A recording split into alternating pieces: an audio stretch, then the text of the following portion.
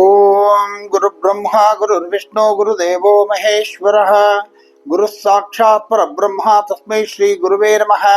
ಗುರುವೇ ಸರ್ವಲೋಕಾನಾಂ ವಿಷಜೇ ಭವರೋಗಿಣಾಂ ನಿಧಯೇ ಸರ್ವವಿದ್ಯಾನಾಂ ದಕ್ಷಿಣಾಮೂರ್ತಯೇ ನಮಃ. ಅಜ್ಞಾನತಿಮಿರಾಂಧಸ್ಯ ಜ್ಞಾನಾಂಜನಶಲಾಕಯ ಚಕ್ಷುರುನ್ಮೀಲಿತಂ ಏನ ತಸ್ಮೈ ಶ್ರೀ ಗುರುವೇ ನಮಃ. ಶಂಕರಂ ಶಂಕರಾಚಾರ್ಯಂ ಕೇಶವಂ ಬಾದರಾಯಣಂ ಸೂತ್ರಭಾಷಕೃತಂ ವಂದೇ ಭಗವಂತಂ ಪುನಃ ಪುನಃ. ಶ್ರುತಿಸ್ಮೃತಿಪುರಾಣಾನಾಂ ಆಲಯಂ ಕರುಣಾಲಯಂ ನಮಾಮಿ ಭಗವತ್ಪಾದಂ ಶಂಕರಂ ಲೋಕಶಂಕರಂ. ಸದ್ಗುರುಚರಣಾರವಿಂದಾಭ್ಯೋ ನಮಃ. ಓಂ ಗಣಾನಾನ್ತ್ವಾ ಗಣಪತಿಗಂ ಹವಾಮಹೇ ಕವಿಂ ಕವೀನಾಮುಪಮಶ್ರವಸ್ತಮಂ. ಜ್ಯೇಷ್ಠರಾಜಂ ಬ್ರಹ್ಮಣಾನ್ ಬ್ರಹ್ಮಣಸ್ಪದ ಆನಶೃಣ್ವನ್ನೋತಿಭಿಃ ಸೇದಸಾದನಂ. ಶ್ರೀಮಹಾಗಣಾಧಿಪತಯೇ ನಮಃ. ಪ್ರಣೋ ದೇವಿ ಸರಸ್ವತಿ ವಾಜೇಭಿರ್ವಾಜನೇವತೆ ಧೇನಾಮ ವಿದ್ಯವತ ವಾಗ್ದೇವ್ಯೈ ನಮಃ. ಕಲ್ಯಾಣಾದ್ಭುತಗಾತ್ರಾಯ ಕಾಮಿತಾರ್ಥಪ್ರದಾಯಿನೇ ಶ್ರೀಮದ್ವೆಂಕಟನಾಥಾಯ ಶ್ರೀನಿವಾಸಾಯ ಮಂಗಳಂ. ಮಂಗಳಂ ಕೌಸಲೇಂದ್ರಾಯ ಮಹನೀಯ ಗುಣಾತ್ಮನೆ ಚಕ್ರವರ್ತಿತನೂಜಾಯ ಸಾರ್ವಭೌಮಾಯ ಮಂಗಳಂ. ವೇದ ವೇದಾಂತ ವೇದ್ಯಾಯ ಮೇಘಶ್ಯಾಮಲಮೂರ್ತೆಯೇ ಹಂಸಾಂ ಮೋಹನ ರೂಪಾಯ ಪುಣ್ಯಶ್ಲೋಕಾಯ ಮಂಗಳಂ. ಇಷ್ಟದೇವತಾ ಕುಲದೇವತಾ ಭೂನೀಲಾ ಸಮೇತ ಶ್ರೀ ಲಕ್ಷ್ಮೀ ವೆಂಕಟೇಶ್ವರ ಸ್ವಾಮಿ ದೇವತಾ ಚರಣಾರವಿಂದಾಭ್ಯೋ ನಮಃ. ಜಗದ್ಗುರುಗಳಾಗಿರ್ತಕ್ಕಂತಹ ಶ್ರೀ ಶ್ರೀ ಶ್ರೀ ಭಾರತೀ ತೀರ್ಥ ಮಹಾಸ್ವಾಮಿಗಳ ಹಾಗೂ ಜಗದ್ಗುರುಗಳಾಗಿರ್ತಕ್ಕಂತಹ ಶ್ರೀ ಶ್ರೀ ಶ್ರೀ ವಿಧುಶೇಖರ ಭಾರತಿ ಮಹಾಸ್ವಾಮಿಗಳ ಚರಣಾರವಿಂದಗಳಲ್ಲಿ ಸಾಷ್ಟಾಂಗ ನಮಸ್ಕಾರವನ್ನ ಮಾಡ್ತಾ ಇವತ್ತಿನ ಈ ಭಾಗವನ್ನ ನಾವು ಆರಂಭಿಸೋಣ. ಸಭೆಗೆ ನಮಸ್ಕಾರ. ಹೋದ ಒಂದು ಭಾಗದಲ್ಲಿ ನಾವು ಅತ್ಯಂತ ಮುಖ್ಯವಾಗಿರ್ತಕ್ಕಂಥ ಒಂದು ಘಟ್ಟವನ್ನು ನೋಡಿದ್ವಿ. ಮಹಾಗಣಪತಿಗೆ 2 ಶ್ಲೋಕವನ್ನ ಅವರು 2 ನಾಮಗಳನ್ನ ಇಟ್ಟಿದ್ದಾರೆ ವಿಶೇಷವಾಗಿದ್ದ. ಯಾತಕ್ಕೋಸ್ಕರ ಅಂದ್ರೆ ಈ ಒಂದು ಯಂತ್ರವನ್ನ ಭೇದಿಸೋದಕ್ಕೋಸ್ಕರವಾಗಿ ಅಂತ ಹೇಳಿ ಮಹಾಗಣೇಶ ನಿರ್ಭಿನ್ನ ವಿಘ್ನ ಯಂತ್ರ ಪ್ರಹರ್ಷಿತ ಅಂತ ಹೇಳಿ ನಾವು ಆ ಮಂತ್ರವನ್ನ ನಾವು ಹೇಳ್ತಾ ಇದ್ವಿ. ಇವತ್ತಿನ ಒಂದು ಮುಖ್ಯವಾಗಿರ್ತಕ್ಕಂಥ ನಾವು ಭಾಗಕ್ಕೆ ಬಂದುಬಿಟ್ಟಿದ್ದೀವಿ. ಭಂಡಾಸುರೇಂದ್ರ ನಿರ್ಮುಕ್ತ ಶಸ್ತ್ರ ಪ್ರತ್ಯಸ್ತ್ರ ವರ್ಷಿಣಿ. ನೋಡಿ, ನಾನಿಲ್ಲಿ ಬಹಳ ಮುಖ್ಯವಾಗಿ ಹೇಳಬೇಕಾಗಿರ್ತಕ್ಕಂಥದ್ದು ಶಸ್ತ್ರ ಮತ್ತೆ ಅಸ್ತ್ರ, ಇದ್ರ ಬಗ್ಗೆ ನಾವು ವಿಶೇಷವಾಗಿ ಮಾತಾಡೋಣ. ಈಗ ಏನಾಗೋಗಿದೆ ಅಂದ್ರೆ ಯುದ್ಧ ರಣರಂಗದಲ್ಲಿ ಜಗನ್ಮಾತೆಯ ಸೈನ್ಯ ಅಥವಾ ಜಗನ್ಮಾತೆಯ ಶಕ್ತಿಗಳಿಂದ ಅನೇಕ ರಾಕ್ಷಸರು, ಕೋಟ್ಯಾನು ಕೋಟಿ ರಾಕ್ಷಸರು ಬಂದು ಅವಳ ಮೇಲೆ ಎರಗಿದ್ದು, ಆ ಸೈನ್ಯಗಳ ಮೇಲೆ ಎರಗಿದ್ದು ಅನೇಕ ವಿಧಗಳಾಗಿರ್ತಕ್ಕಂತಹ ಶಸ್ತ್ರಗಳು ಅಸ್ತ್ರಗಳ ಪ್ರಯೋಗಗಳಾಗಿದ್ದು ಎಲ್ಲರೂ ಕೂಡ ನಾಶನ ಆಗೋಗ್ಬಿಟ್ಟಿದ್ದಾರೆ. ಎಲ್ಲ ರಾಕ್ಷಸರ ಸಮೂಹನೇ ನಾಶ ಆಗ್ಬಿಟ್ಟಿದೆ. ಅಲ್ಲಿ ಇವ್ರ ಜೊತೆ ಇದ್ದವ್ರು ಯಾರು ಇಲ್ಲ. ಹಾಗಾಗಿ ಇಡೀ ಒಂದು ಆ ಪ್ರದೇಶ ಏನಿದೆ ಆ ಪ್ರದೇಶದಲ್ಲಿ ಇವನು ಏಕಾಂಗಿಯಾಗಿದ್ದಾನೆ. ಈ ರಾಕ್ಷಸರ ರಾಜನಾಗಿರ್ತಕ್ಕಂತಹ ಬಂಡಾಸುರ, ಹಾಗೆ ದೇವತೆಗಳ ರಾಣಿಯಾಗಿರ್ತಕ್ಕಂತಹ ಮಹಾರಾಜ್ಞಿ ಆಗಿರ್ತಕ್ಕಂತಹ ಜಗನ್ಮಾತೆ ಶ್ರೀ ಲಲಿತಾ ತ್ರಿಪುರ ಸುಂದರಿ, ಇವರಿಬ್ರು ಯುದ್ಧ ಭೂಮಿಯಲ್ಲಿ ಎದುರುಗಡೆ ಇದ್ದಾರೆ. ಇದು ಬಹಳ ಮುಖ್ಯವಾಗಿರ್ತಕ್ಕಂತಹ ಘಟ್ಟ. ಇಲ್ಲಿ ನೇರ ಯುದ್ಧ ನಡೀತಾ ಇದೆ. ಜಗನ್ಮಾತೆಗೆ ಮತ್ತೆ ಆ ಬಂಡಾಸುರನಿಗೆ ನೇರ ಯುದ್ಧ ನಡೀತಾ ಇದೆ. ಅನೇಕ ಅತಿರಥ ಭಾರತರು ಎಲ್ಲರೂ ಕೂಡ ರಾಕ್ಷಸರನ್ನ ಇವಾಗಲೇ ಹಸುರು ಇಟ್ಬಿಟ್ಟಿದ್ದಾರೆ.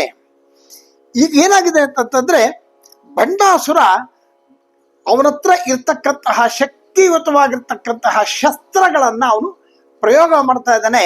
ಹಾಗೆ ಆ ಒಂದು ಶಸ್ತ್ರಗಳಿಗೆ ಪ್ರತ್ಯಸ್ತ್ರವಾಗಿ ಜಗನ್ಮಾತೆ ಅನೇಕ ಅಸ್ತ್ರಗಳನ್ನ ಅವಳು ಪ್ರಯೋಗ ಮಾಡ್ತಾ ಇದ್ದಾಳೆ. ಇಲ್ಲಿ ಒಂದು ಪದವನ್ನ ಬಳಸ್ತಾರೆ, ಬಹಳ ಮುಖ್ಯವಾಗಿ ಗಮನಿಸಬೇಕು. ಬಂಡಾಸುರೇಂದ್ರ ಅಂತ ಹೇಳ್ತಾರೆ. ಇಲ್ಲಿ ಇಂದ್ರ ಅಂತಂದ್ರೆ ಇಡೀ ರಾಕ್ಷಸ ಕುಲಕ್ಕೇನೆ ಅವನು ಶ್ರೇಷ್ಠವಾಗಿರ್ತಕ್ಕಂಥವನು, ಬಹಳ ಶಕ್ತಿಯುತವಾಗಿರ್ತಕ್ಕಂಥವನು ಅಂತ ಹೇಳಿ. ಹಾಗಾಗಿ ಇಲ್ಲಿ ಅವನು ಬಂಡಾಸುರೇಂದ್ರ ಅಂತಕ್ಕಂತಹ ಒಂದು ಪದವನ್ನ ಬಳಸ್ತಾರೆ. ಆಮೇಲೆ ಇಲ್ಲಿ ಬಂಡ ಅಂತಂತಂದ್ರೆ ನಮ್ಮನ್ನ ಕಾಮನ್ ಲ್ಯಾಂಗ್ವೇಜ್ ಅಲ್ಲಿ, ನಮ್ಮ ಒಂದು ಭಾಷೆ, ನಾಡು ಭಾಷೆಗಳಲ್ಲಿ ತುಂಬಾ ಗಟ್ಟಿ ಕಲ್ಲು, ಬಂಡೆ ಕಲ್ಲು ಅನ್ನ ಮಾತಾಡ್ತೀವಿ ನಾವು. ಹಾಗಾಗಿ ಗಟ್ಟಿ ಇರ್ತಕ್ಕಂಥದ್ದು ಅಂತ ಹೇಳಿ. ಆದ್ರೆ ಇಲ್ಲಿ ಈ ಕಡೆ ನಾವು ಅರ್ಥವನ್ನು ಅಮ್ಮನವರ ಹೆಸರು ತಗೊಂಡಾಗ ಲಲಿತ ಅಂತಂದಾಗ ಬಹಳ ಮೃದು, ಕೋಮಲ, ಹಾಗೆ ಅಲ್ವೇ? ಹಾಗಾಗಿ ಇವನು ಭಂಡ, ಆಕೆ ಲಲಿತೆ. ಇವರಿಬ್ಬರ ಮಧ್ಯದಲ್ಲಿ ಈಗ ರಣದಲ್ಲಿ ಯುದ್ಧ ಆರಂಭವಾಗ್ತಾ ಇದೆ. ನಮಗೆ ಈಗಾಗಲೇ ನಾನು ಹಿಂದೆ ಹೇಳಿದ್ದೆ ಭಂಡಾಸುರ ಹೇಗೆ ಉತ್ಪತ್ತಿಯಾದ ಅಂತ ಹೇಳಿ. ಸುಮ್ಮನೆ ಅದನ್ನ ನಾವು ಮೆಲ್ಕಾಕೋದಾದ್ರೆ, ಮನ್ಮಥನನ ಪರಮೇಶ್ವರ ತನ್ನ ಅಗ್ನಿಕಣ್ಣಿನಿಂದ ಭಸ್ಮವನ್ನ ಮಾಡಿಬಿಟ್ಟಿದ್ದಾನೆ. ಆ ಭಸ್ಮವನ್ನ ಮಾಡಿದಾಗಿದ್ದಾಗ ಅಲ್ಲಿ ಸಂಪೂರ್ಣವಾಗಿರ್ತಕ್ಕಂತಹ ಆ ಭಸ್ಮವನ್ನ ಮತ್ತೆ ಒಟ್ಟುಗೂಡಿಸ್ತಾನೆ ಒಬ್ಬ ಇದು ಗಣನಾಯಕ, ಅಂದ್ರೆ ಈಶ್ವರನ ಗಣಗಳಲ್ಲಿ ಒಬ್ಬನಾಗಿರ್ತಕ್ಕಂಥವನು. ಅವನೇನ್ ಮಾಡ್ತಾನೆ, ಆ ಇದನ್ನೆಲ್ಲಾನು ಏನು ಬೂದಿಯನ್ನೆಲ್ಲಾನು ಕೂಡ ಸೇರಿಸಿ ಒಂದು ಆಕೃತಿ ಮಾಡ್ದ. ಅವನಿಗೆ ಈಶ್ವರನಿಗೆ ವರ ಬರೋ ಹಾಗೆ ಅವನಿಗೆ ಹೇಳ್ಕೊಟ್ಟು ಪ್ರಾರ್ಥನೆಯನ್ನ ಮಾಡಿ ಈಶ್ವರನಿಂದ ಅವನಿಗೆ ಶರೀರ ಪ್ರಾಪ್ತವಾಯಿತು. ಅವನೇ ಬಂಡ ಅಂತ ಕರೆದ ನಮ್ಮ ಬ್ರಹ್ಮದೇವರು ಬಂಡ ಅಂತ ಕರೆದ್ರು. ಯಾತಕ್ ಬಂಡ ಅಂತ ಕರೆದ್ರೆ, ಆ ಬಂಡಚಿ ಅಂದ್ರೆ ಏನು ಅಂತಂದ್ರೆ ನೋಡಿ, ಯಾವ ಲೋಕದಲ್ಲೂ ಕೂಡ ಇಲ್ಲದೆ ಇರತಕ್ಕಂತಹ ಅತ್ಯಂತ ಅಸಖ್ಯಕಾರವಾಗಿರ್ತಕ್ಕಂತಹ ಆಕಾರ ಅಂತ ಹೇಳ್ತಾರೆ. ಬ್ರಹ್ಮದೇವರು ಎಲ್ಲೂ ನೋಡಿಲ್ದೇ ಇರತಕ್ಕಂತಹ ಅಸಖ್ಯವಾಗಿರ್ತಕ್ಕಂತಹ ಆಕಾರವನ್ನು ನೋಡಿ ಚಿಚಿ ಅನ್ನೋ ತರ, ಬಂಡಾಸುರ ಬಂಡಚಿ ಅಂದ್ರೆ ಚಿಚಿ ಅನ್ನೋ ತರ. ನಾವು ಚಿಚಿ ಅಂತ ಯಾವಾಗ ಅಂತೀವಿ ಅಂದ್ರೆ ನಮಗೆ ಅಸಹ್ಯ ಆಗ್ತಕ್ಕಂಥದ್ದನ್ನ ನಾವು ಚಿಚಿ ಅಂದ್ಬಿಡ್ತೀವಿ. ಹಾಗಾಗಿ ಬ್ರಹ್ಮದೇವರು ಅವನ್ನ ನೋಡಿ ಚಿಚಿ ಬಂಡಚಿ ಅಂತ ಹೇಳ್ತಾರಂತೆ. ಅಂದ್ರೆ ಈ ಒಂದು ಅರ್ಥ ಏನು ಅಂತಂದ್ರೆ, ಎಲ್ಲ ರೀತಿಯ ಸಕಲ ದುರ್ಗುಣಗಳ ಒಂದು ಆ ಮೂಟೆನೆ ಅವನು. ಎಲ್ಲ ರೀತಿಯ ದುರ್ಗುಣಗಳು ಅವನಲ್ಲಿ ಅಡಕವಾಗೋಗಿದೆ. ಆ ಒಂದು ರಾಶಿ, ಆ ದುರ್ಗುಣಗಳ ರಾಶಿ ಏನಿದೆ ಅವನೇ ಭಂಡಾಸುರ.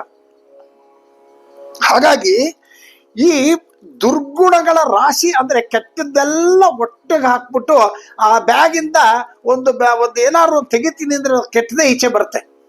ಹಾಗಾಗಿ ಈ ಬಂಡಾಸುರ ಅಂತಕ್ಕಂತಹ ಈ ಕೆಟ್ಟದಾಗಿರ್ತಕ್ಕಂತಹ ಈ ಸಮೂಹ ಏನಿದೆ, ಇವನಿಂದ ಹೊರಬರ್ತಕ್ಕಂತಹ ರಾಕ್ಷಸರು, ಯುದ್ಧ ಮಾಡ್ತಕ್ಕಂತಹ ಶೈಲಿ, ಇವೆಲ್ಲವೂ ಕೂಡ ದುರ್ಗುಣಗಳಿಂದ ಹೊಂದಿರತಕ್ಕಂಥದ್ದು, ಕೆಟ್ಟ ಆಲೋಚನೆಗಳನ್ನ ಮಾಡ್ತಕ್ಕಂಥದ್ದು, ಲೋಕಕ್ಕೆ ಕಂಟಕವರಾಗಿರ್ತಕ್ಕಂಥದ್ದು, ಈ ರೀತಿಯಾಗಿರ್ತಕ್ಕಂತಹ ಬೆಳವಣಿಗೆಗಳಿರ್ತಕ್ಕಂತಹ ಎಲ್ಲ ರೀತಿಯ ಕೆಟ್ಟದ್ದೇ ಅಲ್ಲಿಂದ ಈಚೆ ಬರುತ್ತೆ.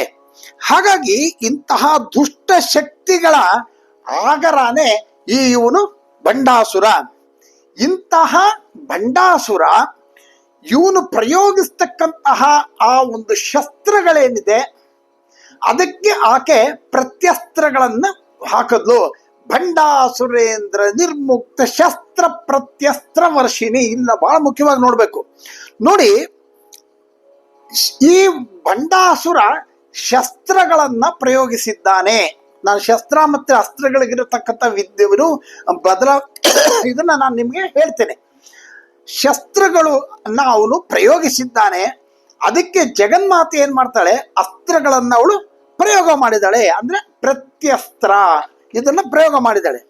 ಇಲ್ಲಿ ನಾವು ಪದಗಳನ್ನ ನೋಡಿ, ಇಲ್ಲಿ ನಾವು ಪದಗಳನ್ನ ಎಷ್ಟು ಜಾಗ್ರತೆಯಿಂದ ಬಳಸಿದ್ದಾರೆ ಅಂತ. ಸುಮ್ಮನೆ ಎಲ್ಲ ಬಳಸ್ಬಿಟ್ಟಿಲ್ಲ. ಶಸ್ತ್ರ ಮತ್ತೆ ಅಸ್ತ್ರಗಳಿಗಿರ್ತಕ್ಕಂತಹ ವ್ಯತ್ಯಾಸವನ್ನ ನಾವೀಗ ತಿಳ್ಕೊಳ್ಳೋಣ. ಏನು ಅಂದ್ರೆ, ಕೈನಲ್ಲಿ ಸಿಕ್ಕುವಂತಹ ಯಾವುದೇ ಒಂದು ಆಯುಧ, ಯಾವುದೇ ಒಂದು ಪದಾರ್ಥ ಇನ್ನೊಬ್ಬರಿಗೆ ತೊಂದರೆ ಮಾಡ್ತಕ್ಕಂಥದ್ದು, ಇನ್ನೊಬ್ಬರಿಗೆ ಹಾನಿಯನ್ನು ಉಂಟು ಮಾಡ್ತಕ್ಕಂಥದ್ದು, ಇನ್ನೊಬ್ಬರ ಮೃತ್ಯುವಿಗೆ ಕಾರಣವಾಗ್ತಕ್ಕಂಥದ್ದು, ಇಂತಹ ಪದಾರ್ಥಗಳು ಯಾವುದು ಮಂತ್ರಗಳಿಂದ ಇದಾಗಿಲ್ವೋ, ಏನೋ ಪೂಜೆ ಆಗಿಲ್ವೋ, ಅಥವಾ ಮಂತ್ರಗಳಿಂದ ಉಪದೇಶ ಆಗಿರ್ತಕ್ಕಂತಹ ಮಂತ್ರಗಳಿಂದ ಅದನ್ನ ಸಂರಕ್ಷಿಸಿರೋದಿಲ್ವೋ, ಅಂತಹದೆಲ್ಲ ಕೂಡ ಶಸ್ತ್ರ. ನಾವು ಉದಾಹರಣೆಗೆ ಹೇಳ್ತೀವಿ, ಶಸ್ತ್ರಗಳನ್ನ ತಗೊಂಡು ಹೋದ್ರು, ಶಸ್ತ್ರಗಳಿಂದ ಹೊಡೆದ್ರು, ಅದು ಇದು ಅಂತ ಹೇಳಿ. ಸೊ ಹಾಗಾಗಿ ಶಸ್ತ್ರ ಅಂತಂದ್ರೆ ಮಂತ್ರಗಳಿಂದ ರಹಿತವಾಗಿರ್ತಕ್ಕಂಥದ್ದು ಶಸ್ತ್ರ.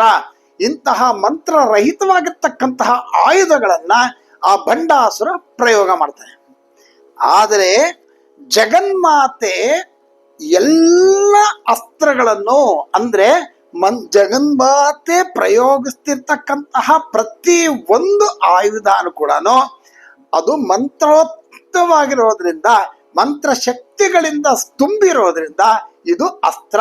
ಹಾಗಾಗಿ ಭಂಡಾಸುರೇಂದ್ರ ನಿರ್ಮುಕ್ತ ಶಸ್ತ್ರ ಪ್ರತ್ಯಸ್ತ್ರ ವರ್ಷಿಣಿ. ಅಸ್ತ್ರದಿಂದ ಅವಳು ಅವನು ಹಾಕಿರ್ತಕ್ಕಂತಹ ಶಸ್ತ್ರಗಳಿಗೆ ಪ್ರತ್ಯಸ್ತ್ರವಾಗಿ ಈ ಒಂದು ಅವಳ ಅಸ್ತ್ರಗಳನ್ನ, ಮಂತ್ರದಿಂದ ಕೂಡಿರ್ತಕ್ಕಂಥ ಅಸ್ತ್ರಗಳನ್ನ ಅವಳು ಪ್ರಯೋಗ ಮಾಡಿದ್ಲು ಅಂತ ಎಷ್ಟು ಬಹಳ ಚೆನ್ನಾಗಿ ಹೇಳ್ತಾ ಇದಾರೆ ನೋಡಿ. ಹಾಗಾಗಿ ಈ ಒಂದು ಶಸ್ತ್ರಗಳಲ್ಲಿ ಪಶುತ್ವಗಳಿರುತ್ತೆ ಅಥವಾ ಪಶು ಬಲ ಇರುತ್ತೆ. ಆದರೆ ಅಸ್ತ್ರಗಳಲ್ಲಿ ದೈವಶಕ್ತಿ, ದೈವ ಬಲಗಳು ಇರುತ್ತೆ. ಇಂತಹ ಒಂದು ಅಸ್ತ್ರಗಳಿಗೆ ಅವಳು ಪ್ರತ್ಯಸ್ತ್ರವಾಗಿ ಅಸ್ತ್ರಗಳನ್ನು ಅವಳು ಪ್ರಯೋಗ ಮಾಡಿದಾಳೆ. ಈಗ ಇನ್ನೊಂದು ವಿಷಯ, ಇನ್ನೊಂದು ಸರಿ ಇನ್ನೊಂದು ಯಾವ್ದಾದ್ರು ವಿಷಯ ತಗೋಬೇಕು, ಇದನ್ನೇ ತಗೊಂಡು ಬೇರೆ ತರ ಹೇಳಬೇಕು ಅನ್ನೋದಾದ್ರೆ, ಶಸ್ತ್ರಗಳೆಲ್ಲ ಕೂಡ ಭೌತಿಕ, ಅಸ್ತ್ರಗಳೆಲ್ಲ ಕೂಡ ದಿವ್ಯ. ಅಂದ್ರೆ ಬಹಳ ಶಕ್ತಿಯುತವಾಗಿರ್ತಕ್ಕಂಥದ್ದು ಅಂತ. ಹಾಗಾಗಿ ಜಗನ್ಮಾತೆ ಪ್ರಯೋಗಿಸಿದ್ದೆಲ್ಲ ಕೂಡ ದಿವ್ಯವಾಗಿರ್ತಕ್ಕಂಥದ್ದು, ಇವೆಲ್ಲ ಕೂಡ ಭೌತಿಕವಾಗಿರ್ತಕ್ಕಂಥದ್ದು ಅಂತ ಹೇಳಿ, ಈಗ ನಾವು ನಮ್ಮ ಜೀವನದಲ್ಲಿ ಬರ್ತಕ್ಕಂತಹ ನಮ್ಮ ಈ ಒಂದು ಹುಟ್ಟಿದಾಗಿಂದ ಸಾಯೋವರೆಗೂ ಕೂಡ ನಾವು ಅನುಭವಿಸ್ತಕ್ಕಂಥದ್ದು ಏನ್ ಕಣ್ಣು ಕಾಣುತ್ತೋ ಎಲ್ಲ ಕೂಡ ಭೌತಿಕ. ಆ ಭೌತಿಕದಲ್ಲಿ ನಮಗೆ ಅನೇಕ ವಿಧವಾಗಿರ್ತಕ್ಕಂತಹ ಕಷ್ಟಗಳು, ಕಾರ್ಪಣ್ಯಗಳು ಇತ್ಯಾದಿಗಳು ಬಂದೇ ಬರ್ತವೆ. ರೋಗ ರುಜಿನಗಳು, ಕಷ್ಟಗಳು, ಮನಸ್ತಾಪಗಳು ಇತ್ಯಾದಿ ಅನೇಕ ಕಾರಣಗಳಿಗೆ ಬರ್ಬೋದು. ನಾವು ಇಂಥದಕ್ಕೆ ಅಂತ ಹೇಳೋದು ಬೇಡ. ಹಾಗಾಗಿ ಇಂತಹದ್ದು ಖಂಡಿತ ಬರುತ್ತೆ. ಇಂತಹ ಒಂದು ಭೌತಿಕವಾಗಿರ್ತಕ್ಕಂತಹ ಸಂಕಷ್ಟಗಳಿಗೆ ಪರಿಹಾರ ಏನು ಅಂತಂದ್ರೆ, ನಾವು ದೈವಿಕವಾಗಿರ್ತಕ್ಕಂತಹ ಪರಿಹಾರವನ್ನ ಮಾಡ್ಕೋತೀವಿ. ಉದಾಹರಣೆಗೆ ಯಾವುದೋ ಒಂದು ಗ್ರಹ ದೋಷ ಇದೆ, ಇನ್ಯಾವುದೋ ಒಂದು ಶಾಂತಿ ಮಾಡ್ಕೋಬೇಕು, ಇನ್ನೊಂದು ಮಾಡ್ಕೋಬೇಕು, ಮತ್ತೊಂದು ಮಾಡ್ಕೋಬೇಕು ಅನ್ನುವಾಗ ನಾವು ದೈವಿಕವಾಗಿರ್ತಕ್ಕಂಥದ್ದನ್ನ ನಾವು ಅವಲಂಬಿಸ್ತೀವಿ. ಆಮೇಲೆ ಈ ಯುದ್ಧ ಆರಂಭ ಆಯ್ತು ಅನ್ನೋ ಮಾತನ್ನ ನಾನು ನಿಮಗೆ ಹೇಳಿದೆ. ಮೊದಲು ಆ ಭಂಡಾಸುರ ಯಾವ ಅಸ್ತ್ರವನ್ನ ಪ್ರಯೋಗ ಮಾಡ್ದ ಅನ್ನೋದನ್ನ ನಾವು ತಿಳ್ಕೊಳ್ಳೋಣ. ಪ್ರತಿ ಅಸ್ತ್ರ ಕೂಡ ಬಹಳ, ನಾನು ಹೇಳ್ತೀನಿ, ಬಹಳ ಒಳ್ಳೆ ಹೆಸರುಗಳು. ಆ ಅಸ್ತ್ರಗಳ ಹೆಸರು ಕೇಳಿದ್ರೇನೆ ನಮಗೆ ಒಬ್ಬೊಬ್ಬ ಹೌದಲ್ವಾ ಅನ್ಸುತ್ತೆ ನೋಡಿ. ಮೊದಲು ಆ ರಾಕ್ಷಸ ಭಂಡಾಸುರ ಆ ಜಗನ್ಮಾತೆ ಮೇಲೆ ಪ್ರಯೋಗಿಸಿದಂತಹ ಶಸ್ತ್ರ ಯಾವುದು ಅಂದ್ರೆ ಅಂಧತಾಮಿಶ್ರ ಅಂತ ಹೇಳಿ. ನಿಮಗೆ ಗೊತ್ತಾಗ್ತಾ ಇದೆ ಈಗಾಗಲೇ. ಅಂಧತಾಮಿಶ್ರ ಅಂದ್ರೇನು? ಕತ್ತಲೆಯಿಂದ ಆವರಿಸ್ಕೊಳ್ತಕ್ಕಂತಹ ಆ ಒಂದು ಶಸ್ತ್ರ. ಅವನು ಅದನ್ನು ಪ್ರಯೋಗಿಸ್ಬಿಡ್ತಾನೆ.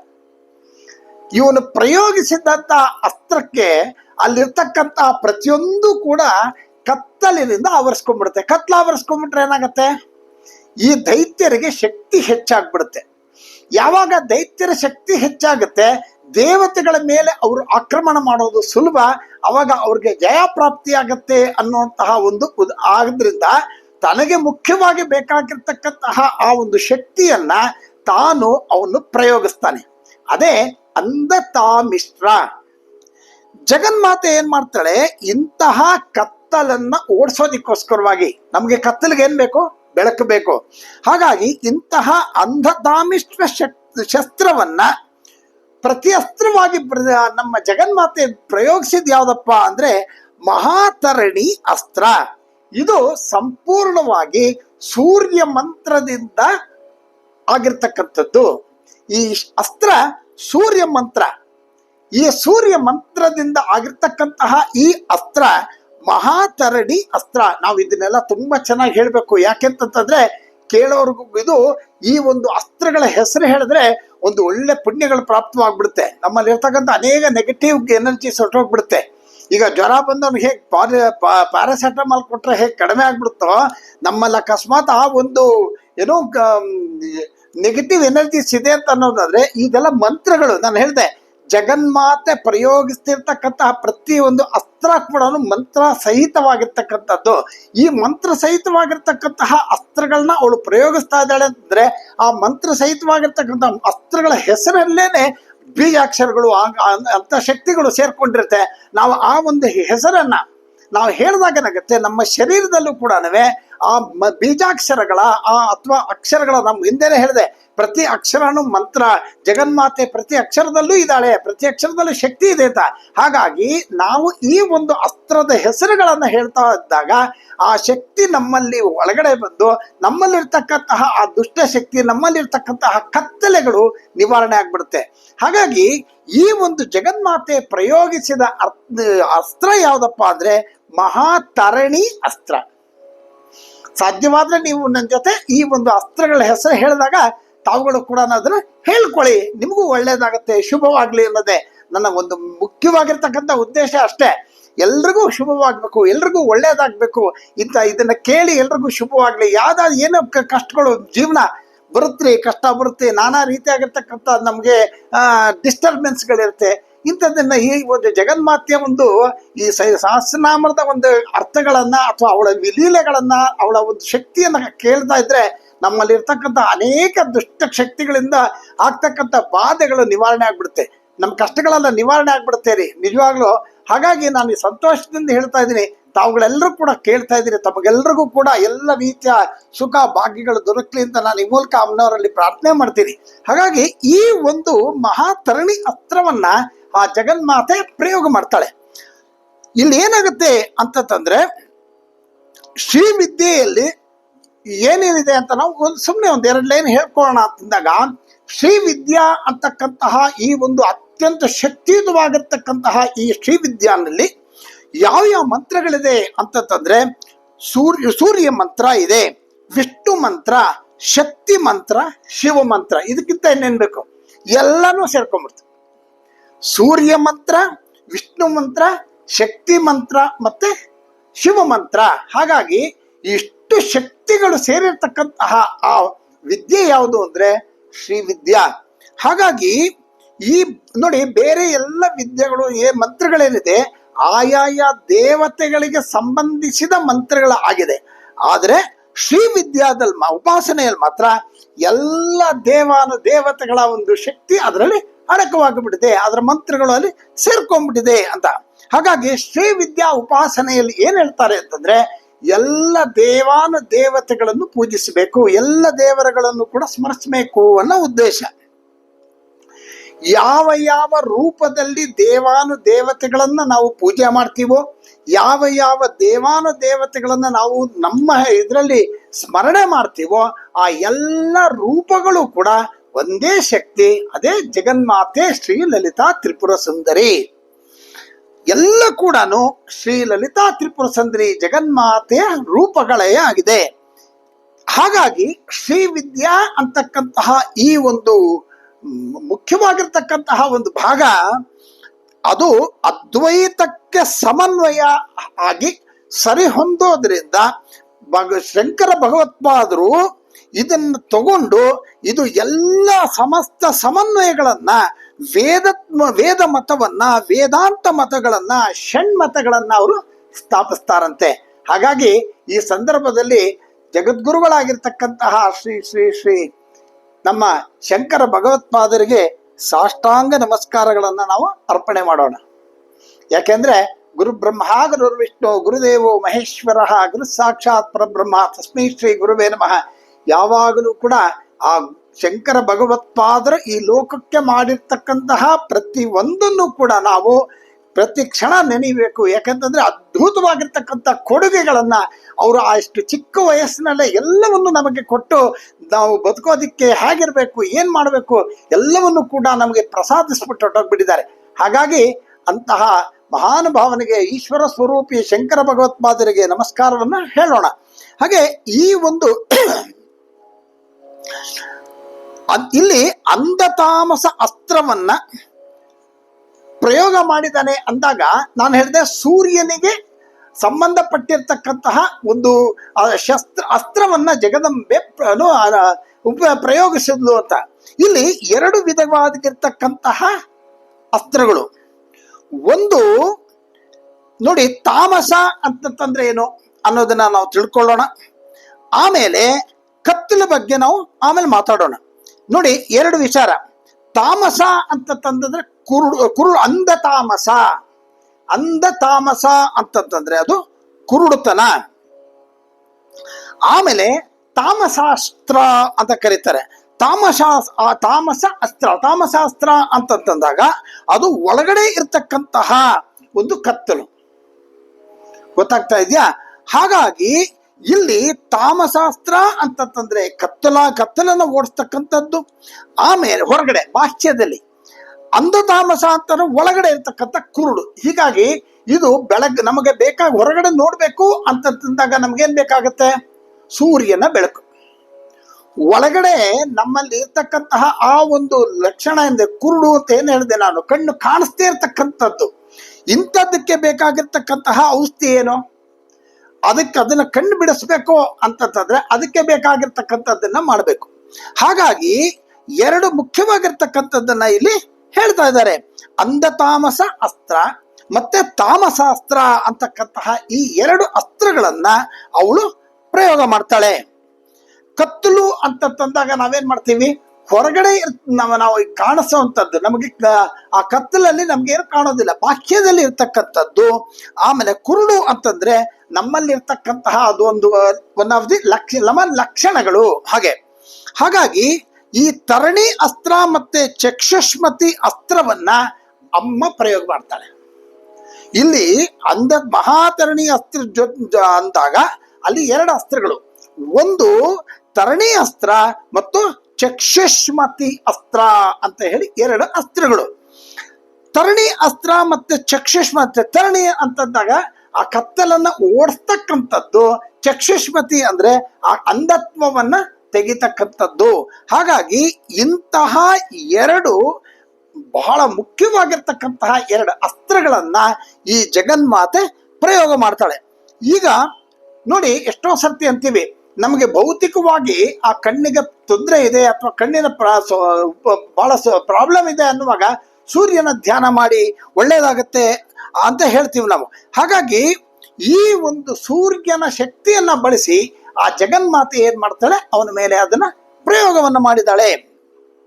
ಆಮೇಲೆ ಭಂಡಾಸುರ ಏನ್ ಮಾಡ್ತಾನೆ, ಪಾಷಂಡ ಅಸ್ತ್ರವನ್ನ ಅವನು ಪಾಷಂಡ ಶಸ್ತ್ರವನ್ನ ಅವನು ಪ್ರಯೋಗ ಮಾಡ್ತಾನೆ. ಈ ಪಾಷಂಡ ಶಸ್ತ್ರ ಅಂತಂದ್ರೆ ಅತ್ಯಂತ ಮುಖ್ಯವಾಗಿ ನಾವು ಅರ್ಥ ಮಾಡ್ಕೋಬೇಕಾಗಿರೋದು, ವೇದಕ್ಕೆ ವಿರುದ್ಧವಾಗಿ ನಡ್ಕೊಳ್ತಕ್ಕಂತಹ ಅಸ್ತ್ರ. ವೇದಕ್ಕೆ ವಿರುದ್ಧವಾಗಿ ನಡ್ಕೊಳ್ತಕ್ಕಂಥದ್ದು ಅಂದ್ರೇನು? ಅಧರ್ಮ. ವೇದಕ್ಕೆ ಯಾವಾಗಲೂ ಕೂಡ ನಾವು ಶ್ರದ್ಧಾ ಭಕ್ತಿಯಿಂದ ಇಡಬೇಕು. ಯಾವುದೇ ರೀತಿಯಾಗಿರ್ತಕ್ಕಂಥ ಅವಮಾನಗಳು ಆಗದೆ ಇರೋ ತರ ಇರಬೇಕು. ಆದರೆ ಇವನು ಪ್ರಯೋಗಿಸಿರ್ತಕ್ಕಂಥದ್ದು ಯಾವುದು ಅಂತಂದ್ರೆ ಪಾಷಂಡ ಅಸ್ತ್ರ. ನೋಡಿ ಎಷ್ಟು ಚಂದ, ಪಾಷಂಡ ಅಸ್ತ್ರ. ಹಾಗಾಗಿ ಇಂಥ ಅಸ್ತ್ರವನ್ನ ಅವನು ಪ್ರಯೋಗ ಮಾಡಿದ್ದಾನೆ. ಈ ಪ್ರಯೋಗ ಮಾಡಿದ್ದೇನಂತಂದ್ರೆ ಇದು ವೇದಕ್ಕೆ ವಿರುದ್ಧವಾಗಿರ್ತಕ್ಕಂತಹ ಅಸ್ತ್ರ, ಇದು ಅಧರ್ಮ ಅಂತ ಹೇಳಿ. ಈ ವೇದಕ್ಕೆ ವಿರುದ್ಧವಾಗಿರ್ತಕ್ಕಂತಹ ಪದ್ಧತಿಗಳು ಅಂತಂದ್ರೆ ನಾವೆಲ್ಲವೂ ಅಧರ್ಮ ಅಂತ ಅದು ಹೇಳುತ್ತೆ. ಅದನ್ನ ಅವನು ಪ್ರಯೋಗಿಸಿಬಿಟ್ಟಿದ್ದಾನೆ. ಅದಕ್ಕೆ ಪ್ರತಿಯಾಗಿ ಜಗದಂಬೆ ವೇದ ಮಾತೆ ಗಾಯತ್ರಿ ಅಸ್ತ್ರವನ್ನ ಅವಳು ಪ್ರಯೋಗ ಮಾಡಿಬಿಡ್ತಾಳೆ. ನೋಡಿ, ವೇದಕ್ಕೆ ಯಾವಾಗ ಆಪತ್ತು ಉಂಟಾಗ್ತಾ ಇದೆಯೋ, ಆ ವೇದಕ್ಕೆ ಆಪತ್ತು ಉಂಟಾಗತ್ತೆ ಅಂತ ಗೊತ್ತಾದಾಗ ಅದಕ್ಕೆ ಪ್ರತಿಯಾಗಿರ್ತಕ್ಕಂತಹ ಆ ಜಗನ್ಮಾತೆ ಗಾಯತ್ರಿ ದೇವಿ ಅವಳ ಅಸ್ತ್ರವನ್ನ ಅವಳು ಪ್ರಯೋಗ ಮಾಡ್ತಾಳೆ. ಎಷ್ಟು ಚೆನ್ನಾಗಿದೆ ರೀ. ಆಮೇಲೆ ಅವನು ಶಕ್ತಿನಾಶಾಸ್ತ್ರವನ್ನ ಪ್ರಯೋಗ ಮಾಡ್ತಾನೆ. ನೋಡಿ, ವೇದವನ್ನ ಹಾಳು ಮಾಡ್ತಕ್ಕಂತಹ ಅಂತಹ ಅಸ್ತ್ರವನ್ನ ಮಾಡಿದಾಗ ಇವಳು ಗಾಯತ್ರಿ ಅಸ್ತ್ರ ಹಾಕಿದಾಳೆ. ಇವನು ಏನ್ ಮಾಡ್ತಾ ಇದ್ದಾನೆ, ಶಕ್ತಿನಾಶಾಸ್ತ್ರ ಹೆಸರೇ ಹೇಳ್ತಾ ಇದೆ.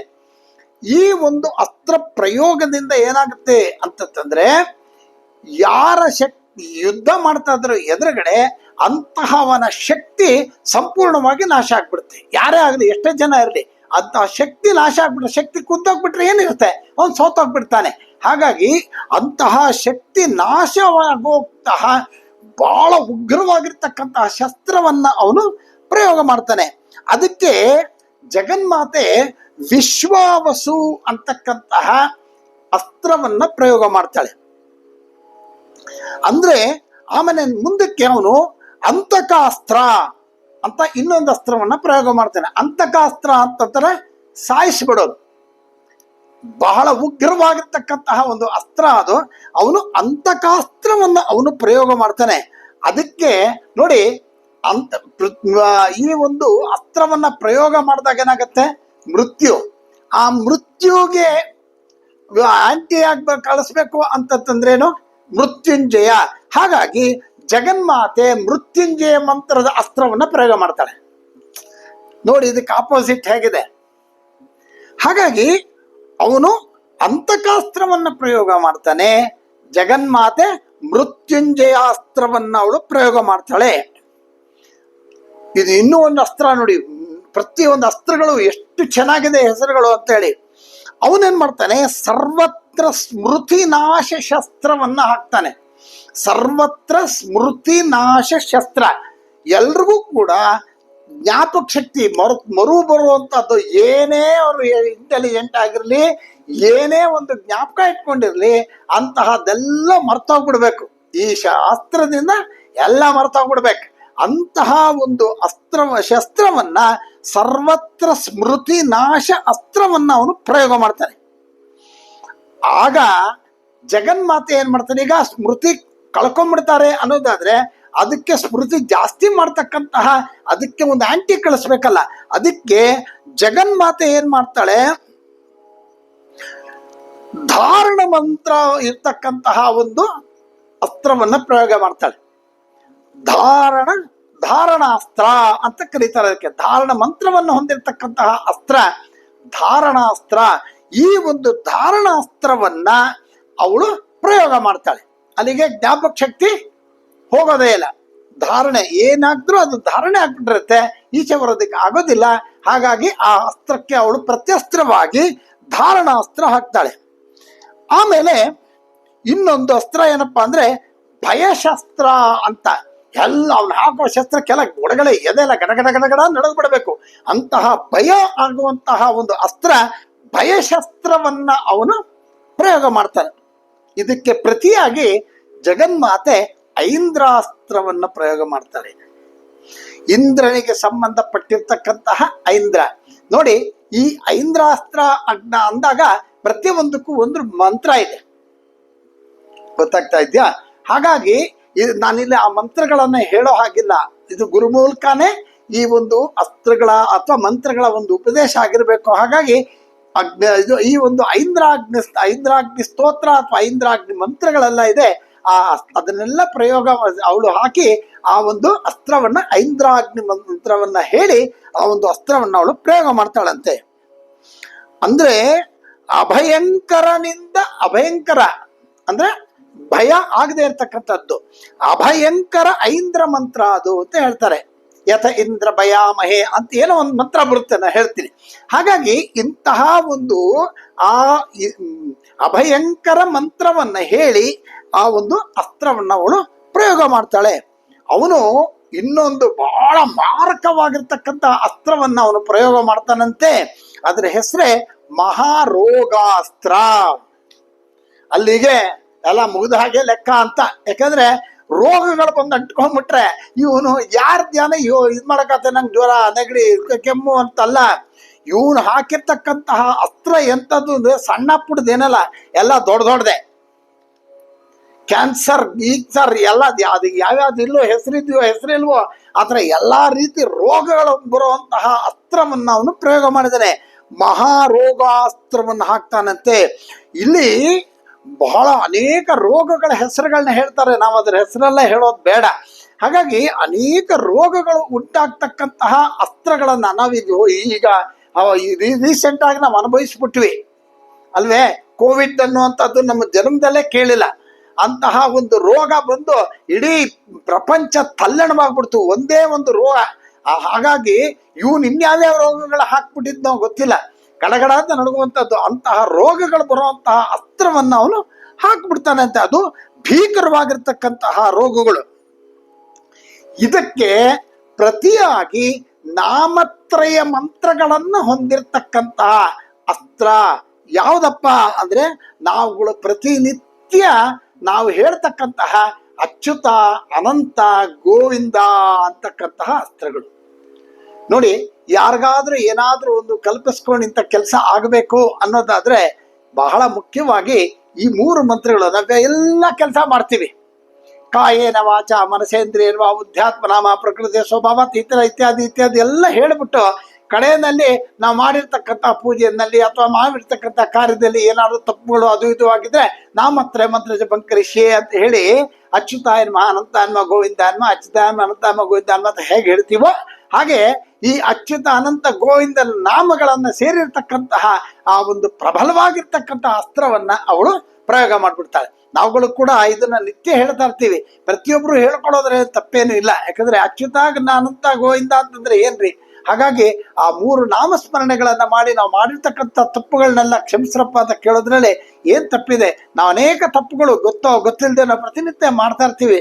ಹಾಗಾಗಿ ಇಂತಹ ಅದ್ಭುತವಾಗಿರ್ತಕ್ಕಂಥ ಅಸ್ತ್ರವನ್ನ ಜಗನ್ಮಾತೆ ಆ ಬಂಡಾಸುರನ ಮೇಲೆ ಪ್ರಯೋಗ ಮಾಡ್ತಾಳೆ, ಅಚ್ಯುತ ಅನಂತ ಗೋವಿಂದ ಅಂತ ಹೇಳಿ. ಹಾಗಾಗಿ ಈ ಒಂದು ಅಸ್ತ್ರ ಯಾವ್ದಪ್ಪ ಅಂತಂದ್ರೆ ಆಯುರ್ನಾಶ ಅಸ್ತ್ರ ಅಂತ ಹೇಳಿ ಅವನೇನ್ ಮಾಡ್ತಾನೆ, ನೆಕ್ಸ್ಟ್ ಮುಂದಿನ ಅಸ್ತ್ರ ಆಯುರ್ನಾಶ ಅಸ್ತ್ರ ಅಂತ ಅವನು ಪ್ರಯೋಗ ಮಾಡ್ತಾನೆ. ಇವನು ಯಾವಾಗ ಆಯುರ್ನಾಶಾಸ್ತ್ರ ಪ್ರಯೋಗ ಮಾಡಿದ್ನೋ, ಆಯುರ್ನಾಶ ಅಂದ್ರೇನು? ಆಯಸ್ಸು ಕ್ಷೀಣವಾಗುವಂತಹ ಅಸ್ತ್ರ. ಹಾಗಾಗಿ ಇಂತಹ ಆಯುರ್ನಾಶಾಸ್ತ್ರವನ್ನ ಅವನು ಪ್ರಯೋಗ ಮಾಡಿದ್ದಾನೆ. ಅದಕ್ಕೆ ಪ್ರತಿಯಾಗಿ ಜಗನ್ಮಾತೆ ಕಾಲ ಸಂಕರ್ಷಣಿ ಮಹಾಮಂತ್ರವನ್ನ ಅವಳು ಪ್ರಯೋಗ ಮಾಡಿಬಿಡ್ತಾಳೆ. ಕಾಲ ಸಂಕರ್ಷಣಿ ಮಹಾಮಂತ್ರವನ್ನ ಅವಳು ಪ್ರಯೋಗ ಮಾಡ್ತಾಳೆ. ನಾನು ಇವತ್ತು ಈ ಭಾಗವನ್ನ ಮುಗಿಸ್ತೇನೆ. ಮುಂದಿನ ಭಾಗದಲ್ಲಿ ಇನ್ನೂ ಯಾವ ಯಾವ ಯಾವ ಯಾವ ಅಸ್ತ್ರಗಳನ್ನ ಅವನು ಪ್ರಯೋಗ ಮಾಡ್ದ, ಅದಕ್ಕೆ ಪ್ರತಿಯಾಗಿ ಜಗನ್ಮಾತೆ ಯಾವ ಅಸ್ತ್ರಗಳನ್ನ ಅವಳು ಪ್ರಯೋಗ ಮಾಡಿದ್ಲು, ಮುಂದೆ ಏನಾಯ್ತು, ಬಹಳ ಕುತೂಹಲಕಾರಿಯಾಗಿರ್ತಕ್ಕಂಥ ಸಮಾಚಾರಗಳನ್ನು ನಾವು ಮುಂದೆ ಹೇಳ್ತಾ ಹೋಗೋಣ. ಪ್ರತಿಯೊಬ್ಬರಿಗೂ ಕೂಡ ಶುಭವಾಗಲಿ. ನಮಸ್ಕಾರ.